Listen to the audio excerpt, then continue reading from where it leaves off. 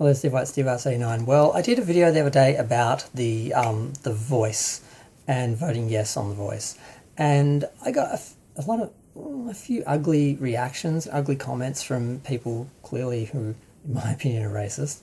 And I didn't really anticipate some of that because I don't understand how you can see how you can think that having a minority in our country having a voice in our government could be a bad thing, unless of course you view the country as yours. And that's what I realise, there's a lot of white people who view Australia as white, and that black people are threatening that, Aboriginal people are threatening that because they think it's going to change or be undermined or destroyed or something. And the fear mongering and the fear of these people, I didn't anticipate it because, I don't think like that. I understand this country is both of those. They were here first, we came, did a bunch of stuff, and they are slowly getting a voice, and they literally need one in our parliament to make sure that they're not overlooked and their needs are met. And that just makes perfect sense. I don't understand how people are twisting this to be some sort of threat. It's already something that kind of happens anyway. There are bodies that are supposed to be sort of doing this, but this just makes it, I don't want to say more official, but it just makes it just helps. And that's the idea. It's supposed to be, and how those people can spin this, because some people are racist who are just politically trying to spin this. Other people, I think, are genuinely afraid that somehow they're going to lose their voice or something if someone else gets to speak, and that clearly shows that they think that this is their country, they run it, they own it, and they don't want any challenge to that. And that's kind of sad. It depends on if it's just sad. And I sort of wanted to comment on that because it wasn't something I commented on the video, because it wasn't something I sort of realised that was people's reaction. I wasn't sure why people were saying no, aside from basic racist people who obviously wouldn't want, people of colour to have a voice. But then there's the in-between people who aren't outright racist, but they're still afraid of things that perhaps, it's not quite rational, who are probably being manipulated by the racist people who want them to be afraid because they don't want black people to have a voice or have a vote. Why? I'm not sure exactly what the issue is. I think in part it comes down to money. I think the idea that if we ever really admitted anything we did, we might have to actually compensate people. And the idea, I'm not even going to touch some of the things I am aware of that are being said about the Aboriginal people, which are just, rubbish. And always have been. It's just groups usually find ways to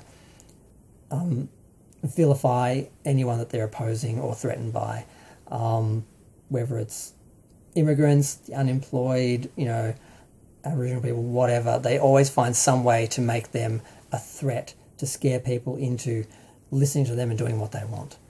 And I just didn't see that as being part of this, because if you're not a prejudiced person, if you're not afraid of these people, if you are aware of history, you're not going to have that reaction, and it's really hard to anticipate what ignorant people are going to cling to or create out of fear. So it's kind of fascinating, but scary and bad.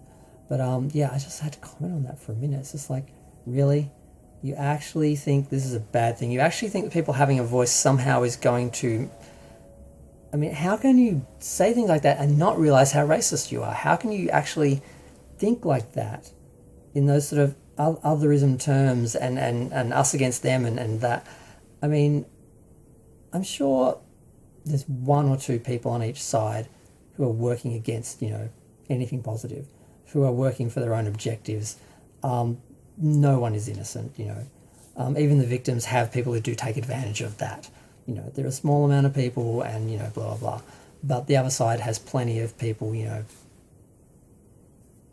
acting, in bad terms, in bad faith as well. So the idea that they focus on those one or two bad apples, who are taking advantage of a bad situation, like that somehow explains everyone. It's just, generalising, stereotyping. It's just sad. And I just can't believe that there are actually people who, because I didn't read all the comments. I sort of read, there's not a lot, but I can't.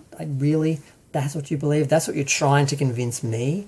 Is that and you never know, there's people gaslighting because it's a sport. It's like if they can convince someone, and get them on their side, it's all about their ego and that more so than what they actually believe sometimes. Or do they really believe that? And it's really hard to tell. Are they just playing that game of power and want to win? Or are they actually afraid and actually believe that?